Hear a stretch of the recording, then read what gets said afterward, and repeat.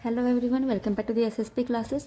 तो आज के इस वीडियो में हम लोग जो है वो सॉल्यूशन देखेंगे। पिछले क्लासेस में मैं आपको कुछ क्वेश्चंस दे रखी थी, आज उसका सॉल्यूशन देखेंगे। तो स्टार्ट करते हैं। सबसे पहला क्वेश्चन था, a bacteria cell divides in 2 minutes, it will take 30 minute to fill half of the cup. एक बैक्टीरिया है जो 2 मिनट में डिवाइड हो जाता है, यानी एक बैक्टीरिया से क्या होता है, 2 बैक्टीरिया बन जाते हैं।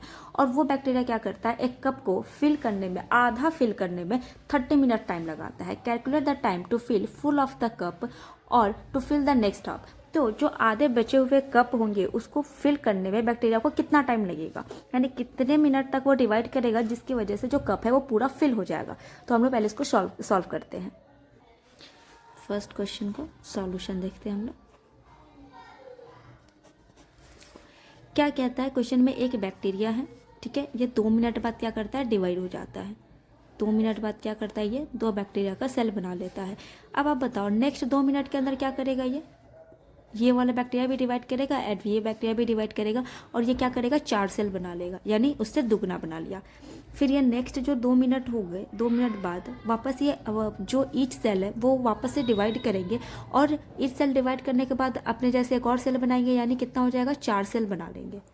ये सेल एक डिवाइड करके ये दोनों बनाए, फिर ये सेल डिवाइड किया, फिर ये सेल, और ऐसे करते करते यहाँ पे 8 सेल हो गए। ऐसे करते करते ये 30 मिनट तक डिवाइड करता है और अकॉर्डिंग टू क्वेश्चन 30 मिनट के बाद क्या होता है, ये कप जो है ये आधा फिल हो जाता है। ठीक है, ये बैक्टीरिया मैं बना दी, इसमें आधा फिल हो जाता है। और सपोज मैं लेट मान के चलती हूँ कि इसके अंदर 100 बैक्टीरिया है, ठीक है, जो आधा कप को फिल कर देता है। अब आप बताओ 2 मिनट बाद ये सारे सेल वापस से डिवाइड कर जाएंगे और जो 100 सेल है ये 100 से दुगना हो जाएंगे और 200 सेल बना लेंगे। अब देखो अगर 100 सेल में ये अगर ये जो ग्लास है अगर वो हाफ फिल हो जाता है तो नेक्स्ट अगर मैं इसमें 100 सेल और रख दूँ तो ये पूरा भर जाएगा या नहीं। नेक्स्ट जो है ये पूरा भर जाएगा 2 मिनट बाद ही। और अगर यहाँ पे मेरा 100 सेल है देन यहाँ पे मेरा कुछ 200 सेल हो जाएंगे। यानी जब वो लास्ट डिवीजन जो था जब पूरा फिल करना था तो वो 2 मिनट के अंदर ही फिल कर दिया, तो हमारा जो आंसर जाएगा वो क्या होगा, 2 मिनट। यानी नेक्स्ट 2 मिनट के अंदर जो बैक्टीरिया है वो पूरे ग्लास को फिल कर देगा। Then the answer is 2 minute. The answer is 2 minute. I hope कि आपको क्लियर होगा। The next question is, a cell has 200 chromosomes. एक सेल है जिसके अंदर कितने क्रोमोजोम है, 200 क्रोमोजोम है। And undergoes mitosis. Very important, क्या करता है वो सेल जो है वो माइटोसिस में जाता है। After one round of mitosis how many chromosomes will each of the daughter cell have in new cells. अब आपसे पूछ रहा है कि जब माइटोसिस कंप्लीट होने के बाद जो नए सेल बनेंगे उन सारे सेल के अंदर क्रोमोजोम के नंबर कितने होंगे। आपको पता है कि माइटोसिस के अंदर क्या होता है, इक्वेशनल डिवीजन होता है। इक्वेशनल डिवीजन होता है इसके अंदर। और इसमें क्या होता है, इक्वेशनल डिवीजन का क्या मतलब है कि इसमें क्रोमोसोम के नंबर क्या रहते हैं, सेम रहते हैं। Chromosome number is same. देखो हमारा आंसर क्या होगा, अगर पेरेंट सेल के अंदर कितना क्रोमोसोम है, 200 क्रोमोसोम है, तो इससे जो डॉटर सेल बनेंगे ये पेरेंट सेल हो गए हमारे। पेरेंट सेल इसके अंदर 200 क्रोमोसोम है। कितना क्रोमोसोम है, 200। तो यहाँ से जो डॉटर सेल बनेंगे माइटोसिस के बाद, तो यहाँ पे भी कितने क्रोमोसोम होंगे, 200 एंड 200। यही हमारा क्वेश्चन था कि डॉटर सेल के अंदर कितने क्रोमोसोम होंगे। Then answer is first 200। I hope आपको क्लियर होगा। अब हम लोग चलते हैं नेक्स्ट क्वेश्चन पे। इस क्वेश्चन में थोड़ा ट्विस्ट है। इस क्वेश्चन में क्या कहता है, इन द अबव क्वेश्चन, यानी ये क्वेश्चन जो है वो लास्ट क्वेश्चन से कनेक्टेड है। In the above question if DNA replication या DNA become double will be accidentally skip. अब क्या है, जो पेरेंट सेल के अंदर मेरे पास कितना क्रोमोसोम था, 200 क्रोमोसोम था। मैं पहले क्वेश्चन को लेकर चलती हूँ, 200 chromosome in parent cell. Parent cell होता है। अब क्या होता है कि इसके अंदर डीएनए का जब जो डुप्लीकेशन होता है ना वो स्किप हो जाती है, यानी डीएनए डबल नहीं होते हैं। तब पूछ रहा है what will happen to the chromosome number in the daughter cell. Then the question is कि जब यहाँ से डॉटर सेल बनेंगे तो उनके अंदर कितना क्रोमोसोम होगा। तो अगर आपको याद होगा माइटोसिस जब मैं आपको पढ़ा रही थी तो माइटोसिस के दौरान मैं आपको बताई थी कि जैसे जैसे सेल का ग्रोथ होता है तो क्या होता है, न्यूक्लियस को डिवाइड होना पड़ता है। न्यूक्लियस को डिवाइड होने के लिए क्या होता है, न्यूक्लियस के अंदर का जो जेनेटिक मटेरियल है वो भी डिवाइड करेगा, यानी वो भी डबल होगा, तभी तो जाकर दोनों सेल के अंदर जो न्यूक्लियस है और न्यूक्लियस के अंदर का मटेरियल है वो दोनों में डिवाइड हो पाएगा। इसमें क्या हो रहा है कि जो न्यूक्लियस के अंदर जो मेरा क्रोमोसोम था, जो डीएनए था, वो डबल ही नहीं हो पा रहा है। आपको याद हुआ कि अगर ये जो सेल है अगर ये डबल नहीं होगा तो ये दोनों सेल के अंदर कैसे जाएगा। अब यहाँ पे जो क्रोमोसोम थे ये कितना होगा 200। मैं इसको नेक्स्ट पेज में अच्छे से आपको समझाती हूँ। देखो ये हमारा हो गया पेरेंट सेल। पेरेंट सेल इसके अंदर कितने क्रोमोसोम है 200 क्रोमोसोम है। 200 क्रोमोसोम है, ठीक है। अब देखो क्या होता है इसमें जो डीएनए है वो डीएनए डबल नहीं होता है, यानी जो नेक्स्ट जो मेरा सेल का जब ग्रोथ होगा इसमें 200 ही क्रोमोसोम होंगे, 200 क्रोमोसोम ही होंगे। अब क्या होगा जब इसमें डिवीज़न होना स्टार्ट होगा तो ये एक अलाइन बनाएगा, ठीक है। अलाइनमेंट ऐसे बनाएगा ऐसे करके, और यहाँ से दो लोग आएंगे इसको खींचेंगे अपनी तरफ, और यहाँ से क्या होगा डिवाइड होने के बाद इस सेल के अंदर एक सेल के अंदर जो क्रोमोसोम नंबर 200 थे वो आपस में डिवाइड हो जाएंगे इक्वल हाफ में, और इसमें 100 क्रोमोसोम चले जाएंगे और इसमें 100 क्रोमोसोम चले जाएंगे। अगर आप देखोगे अगर ये डबल हो चुका रहता, अगर मैं इसको यहाँ बनाती हूँ जिस केस में ये डबल हो जाता, कुछ इस तरीके से रहता डबल होने के बाद, तो आपको याद है कि यहाँ पे डबल होने के बाद यहाँ पे सेंट्रियोल आते थे और वो क्रोमोसोम को ऐसे पकड़कर और बीच से तोड़कर अलग अलग कर देते थे, जिसकी वजह से क्या होता था सेंट्रोमेयर का जो नंबर था वो जैसे पेरेंट सेल के अंदर था सेम उतना ही डॉटर सेल के अंदर चला जाता था, क्रोमोसोम का नंबर इक्वल हो जाता था। पर जब यहाँ पे जो ये डीएनए है वो डबल हो ही नहीं रहा है, यानी इसी फॉर्म में है, तो इसमें क्या होगा आधा आधा इक्वली डिवाइड होकर और डॉटर सेल के अंदर कितने कितने क्रोमोसोम चले जाएंगे 100 क्रोमोसोम चले जाएंगे। तो आपका जो आंसर होगा वो क्या जाएगा 100 chromosome in daughter cells.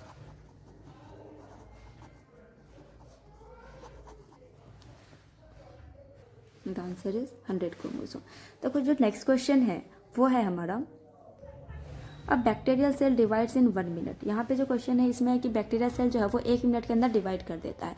It will take 60 minute 1 hour to fill the cup, calculate the time to fill half of the cup. अगर मैं देखूँ तो ये फर्स्ट क्वेश्चन का जस्ट उल्टा है।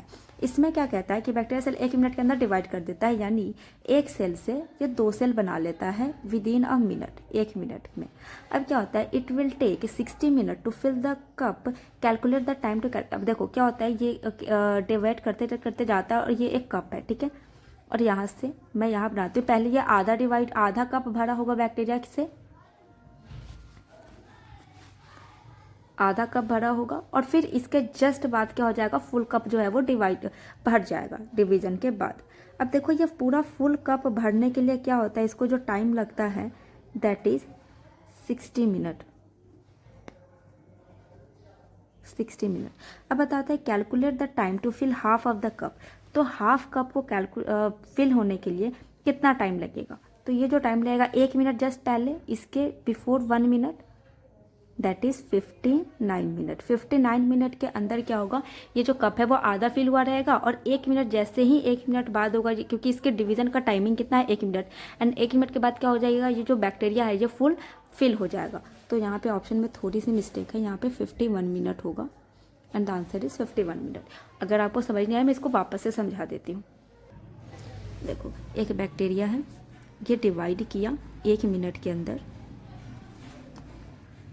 1 मिनट के अंदर डिवाइड किया और ये 2 बैक्टीरिया का सेल बना दिया। ये क्या है एक बैक्टीरिया है, ये डिवाइड करके 2 बैक्टीरिया बना दिया। ये वापस 1 मिनट के अंदर डिवाइड कर लेगा, तो ये वाला जो बैक्टीरिया है ये भी डिवाइड करेगा और ये बैक्टीरिया भी डिवाइड करेगा, यानी कितना सेल बना लेगा 4 सेल बना लेगा।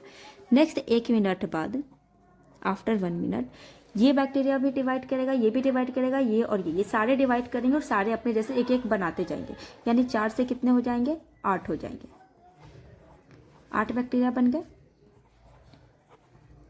अब देखो ये ऐसे ही एक एक मिनट में हर बारी डिवाइड करते जाएंगे और एक कप के अंदर ऐसे मान के चलो मैं एक कप बना देती हूँ स्टार्टिंग से ही।